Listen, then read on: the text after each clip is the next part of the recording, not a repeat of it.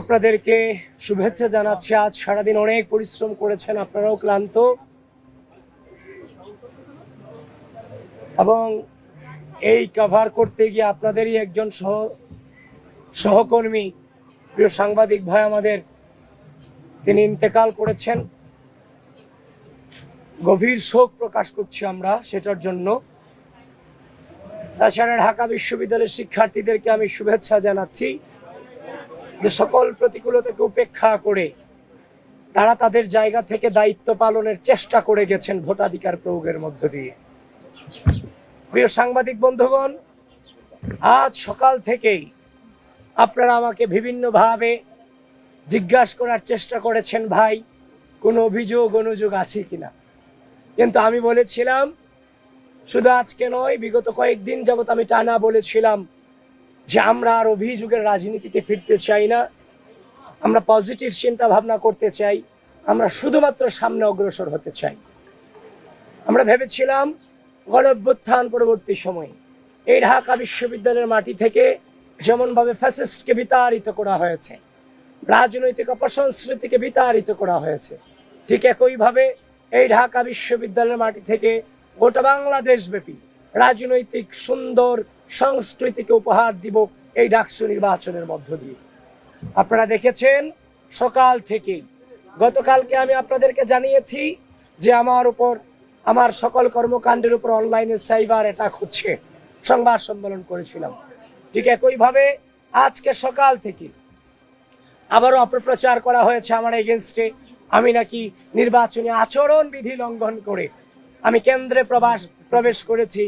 এই ধরনের miss information, disinformation ছড়িয়ে বিশ্ববিদ্যালয়ের দায়িত্বশীল রিটার্নিং কর্মকর্তা আপনাদেরকে পর্যন্ত বিভ্রান্ত করতে বাধ্য করেছে। আমি আপনাদেরকে সাধুবাদ জানাই। শেষ পর্যন্ত আপনারা গঠনতন্ত্র পড়ে এই অভিযোগ যে মিথ্যা সেটার স্বীকৃতি আপনারা দিয়েছেন, এজন্য আমি আপনাদেরকে সাধুবাদ জানাই। কিন্তু অল্প সময়ের মধ্যে এই যে মিস ইনফরমেশন ছড়িয়ে আমাদেরকে সাধারণ শিক্ষার্থীদের সামনে কলঙ্কিত করার চেষ্টা এবং অপচেষ্টা চালানো হয়েছে, সেটা বিশ্ববিদ্যালয়ের রিটার্নিং কর্মকর্তা কর্তৃক, একজন নির্বাচন কমিশন কর্তৃক। সুতরাং এটা কোনোভাবেই মেনে নেওয়া যায় না। এরা বারবার এদের ব্যর্থতার প্রমাণ দিয়ে গিয়েছে।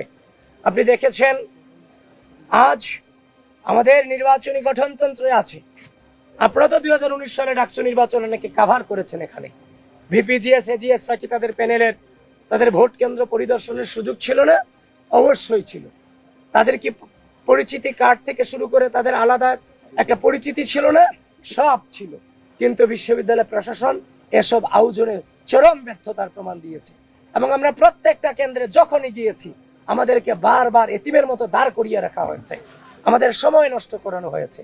শেষ পর্যন্ত দেখতে পেলাম রোকেয়া হলের একজন মেয়ে ভোট কেন্দ্র থেকে ভোট দিয়ে বেরিয়ে এসে আমাকে অভিযোগ করছে যে ভাই, যে ব্যালট পত্র আমাদেরকে দেওয়া হয়েছে সেখানে আগে থেকে সাদিককে এবং ফরহাদের নামে ক্রস চিহ্ন দেওয়া রাখা হয়েছে। সেটা শুধুমাত্র রোকেয়া হলে ঘটে নাই, সেই ঘটনা অমর একুশে হলেও ঘটেছে। অমর একুশে হলের যে ভোট কেন্দ্র সেখানেও ঘটেছে। তখন আমি যখন দুটাই ইনভেস্টিগেশন করতে গেলাম, চিফ রিটার্নিং অফিসারের নির্দেশক্রমে আমি ভোট কেন্দ্রে প্রবেশ করলাম এবং তাদেরকে জিজ্ঞাসাবাদ যখন করলাম, জানার চেষ্টা করলাম, তারাও সেটা মেনে নিয়ে বললো এটা কিভাবে হয়েছে আমরা জানি না। সুতরাং স্পষ্টভাবে জানিয়ে দিতে চাই, যেহেতু ঘটনা দুই জায়গায় ঘটনা ঘটেছে, প্রমাণিত হয়েছে, তার মানে এর আগেও অনেক ব্যালটে সম্ভবত, আমরা যতটা নিশ্চিত হচ্ছি, আমরা জানি না কত ব্যালটে আগে থেকে এই চিহ্ন ভরে ব্যালট বক্স ভরে দিয়ে রাখা হয়েছে, সেটা আমাদের এখনো পর্যন্ত আমাদের জানা নাই। যেহেতু ঘটনা দুইটা প্রমাণ পেয়েছি, তার মানে এরকম ঘটনা আরো ঘটেছে, এটা নিঃসন্দেহে, এটা আমরা অনুমান করতে পারছি। তো এখন কথা হচ্ছে, একদিকে এটা করে বেড়ালেন, নির্বাচনী কারচুপি করলেন, এখন নির্বাচনী কারচুপি করার পরে উল্টো দায় দেওয়ার চেষ্টা করলেন। তারপর হচ্ছে যে আমাদের যে সকাল থেকে পুলিশ এজেন্ট থেকে শুরু করে আমাদের প্রার্থীদেরকে তো জ্বালানো হয়েছে। তারপরে হচ্ছে যে আমাদের যে সামনে যে হচ্ছে যে 41 জন ব্যক্তির নাম তো মনে রাখা পসিবল না কারো পক্ষে। 41টা ব্যালট নাম্বার কি মনে রাখা সম্ভব? তা আমরা যখন ভোট কেন্দ্রের 100 মিটার দূরত্ব থেকে যখন আমরা আমাদের যখন ব্যালট নম্বরগুলো দিচ্ছিলাম, এগুলো সকালে প্রত্যেকটা কেন্দ্রে কেন্দ্রে আমাদেরকে বাধা প্রদান করা হয়েছে, যেটা কোনোভাবেই মেনে নেওয়ার মতো নয়। তারপর হচ্ছে অমর একুশে হলের যে ঘটনায় আপনারা জানেন, একজন নির্বাচন কর্মকর্তাকে সেখানে বরখাস্ত পর্যন্ত করা হয়েছে। তারপর হচ্ছে যে আপনার বিশ্ববিদ্যালয়ে আমি যতক্ষণ পর্যন্ত ঘুরে দেখি বিভিন্ন ধরনের বহিরাগত ব্যক্তিদেরকে দেখা পেয়েছি। আমি আশ্চর্য হচ্ছি, কেউ বলছি কুড়িগ্রাম থেকে এসেছে, কেউ বলছে যে আমি এই এলাকার নেতা। আমি দেখেছি জামাতের অনেক নেতা পাশের নামে এই ঢাকা বিশ্ববিদ্যালয় আজকে সারাদিন ঘুরে বেরিয়েছে। তাহলে এই যে ঢাকা বিশ্ববিদ্যালয়ের ভিসি এবং প্রক্টর আমাদের পুলিং এজেন্ট দিতে গিয়ে আপনারা আমাদের সাথে নানান ধরনের প্রতারণা করেছেন। সেখানে নিরাপত্তা পাস নামে ঢাকা বিশ্ববিদ্যালয়ের বাইরে থেকে জামাত শিবিরের নেতা কর্মীদেরকে আপনারা ক্যাম্পাসে ঠাঁই দিয়েছেন।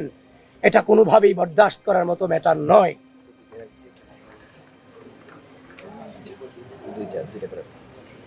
হ্যাঁ, তারপর আমরা আরো দেখেছি এবং প্রমাণ আছে আমাদের কাছে, সেই ছেলেটাও আমাদের কাছেই আছে। এমন কয়েকটা অভিযোগ আমরা পেয়েছি, সেন্ট্রাল ব্যালট 2টা করে দেওয়া হয়েছে এবং অনেকে 2টা জায়গায় জমা দিয়ে আসছে এখানে। এবং আমরা দেখতে পাচ্ছি সেটার রেজাল্ট কিছুটা ভোট গ্রহণে কিছুটা প্রভাব ফেলেছে বলে লাস্ট 1 ঘন্টায় বিজয় 71 হলের যে ভোট কেন্দ্র ছিল সেখানে দেখানো হয়েছে লাস্ট 1 ঘন্টায় 100 কাউন্ট হয়েছে। কিন্তু এখানে যারা অবস্থান করেছে তারা আমাদেরকে নিশ্চিত করেছে লাস্ট 1 ঘন্টায় 100 জন স্টুডেন্ট আসেনি এখানে বিজয় 71 হলের যে ভোট কেন্দ্র ছিল। তারপর হচ্ছে যে আমরা এখনো পর্যন্ত বিশ্ববিদ্যালয় প্রশাসনের কাছে 12টা অভিযোগপত্র জমা দিয়েছি, লিখিত অভিযোগ আমরা জমা দিয়েছি। সবকিছু মিলিয়ে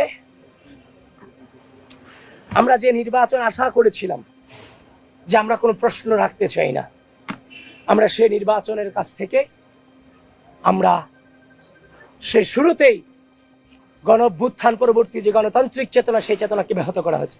আপনি আশ্চর্য হবেন, সেই টিএসসিতে একজন ম্যাম, মুনামি ম্যাম, সহকারী প্রক্টর, তিনি আমাদের মেয়ে সূচনাকে পাঠ কক্ষ বিষয়ক সম্পাদক রোকেয়া হলের মুনামিকে বলেছে তোমার ছাত্রত্ব কিভাবে থাকে আমি তোমাকে দেখে দিব। ম্যাডামকে তো হিংস্র আচরণ করার প্রয়োজন ছিল না, এটা তো নির্বাচন।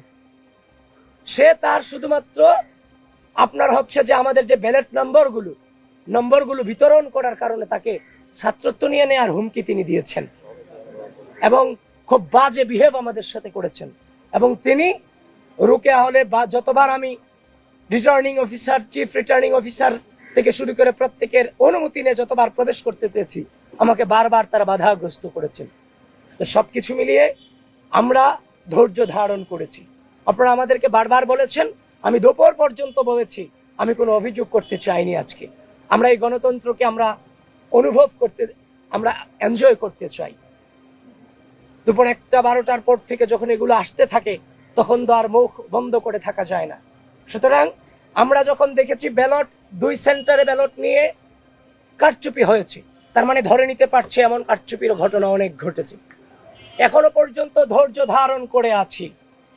আমরা সুস্থ, স্বাভাবিক, নিরাপদ ক্যাম্পাস বিনির্মাণে প্রত্যয়ী, কিন্তু স্পষ্টভাবে জানিয়ে দিতে চাই, যদি একইভাবে ভোট গণনাতে ম্যানিপুলেট করার বিন্দু পরিমাণ চেষ্টা করা হয় এবং যারা বাংলাদেশের স্বাধীনতা সার্বভৌমত্বকে বিশ্বাস করেন না, যারা এই ক্যাম্পাসের সাধারণ শিক্ষার্থীদের মত প্রকাশের স্বাধীনতাতে বিশ্বাস করেন না, যারা এই ক্যাম্পাসের সাধারণ শিক্ষার্থীদের মানবাধিকারে পূর্ব বিশ্বাস করেননি, এখনো করেন না, তারা যদি ভোট গণনার ম্যানিপুলেটের মধ্য দিয়ে যদি নির্বাচনী ফলাফলকে ব্যাহত করার বিন্দু পরিমাণ চেষ্টা করে, ঢাকা বিশ্ববিদ্যালয়ের সাধারণ শিক্ষার্থীরা সম্মিলিতভাবে তাদেরকে প্রতিরোধ করবে ইনশাআল্লাহ।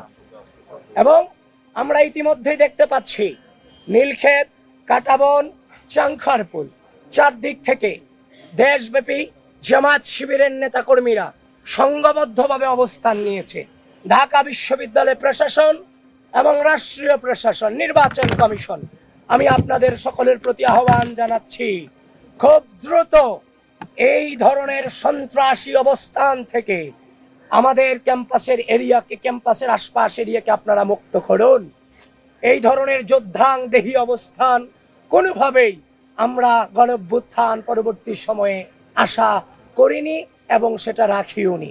সুতরাং আশা রাখছি আপনারা সেই ব্যবস্থাগুলো আপনারা নেবেন। আর এখন যেহেতু ভোট গণনা চলছে, আপনারা আপনাদের জায়গা থেকে সজাগ দৃষ্টি রাখুন, আমরাও আমাদের জায়গা থেকে সজাগ দৃষ্টি রাখার চেষ্টা করছি। তবে বিশ্বাস করেন, এই নির্বাচন সুষ্ঠু, নিরপেক্ষ এবং গ্রহণযোগ্যভাবে যদি সত্যিকার অর্থে প্রতিফলিত হয়, তাহলে মনে রাখবেন বাংলাদেশ পন্থীদের ভূমিধস বিজয় অবশ্যম্ভাবী ইনশাআল্লাহ।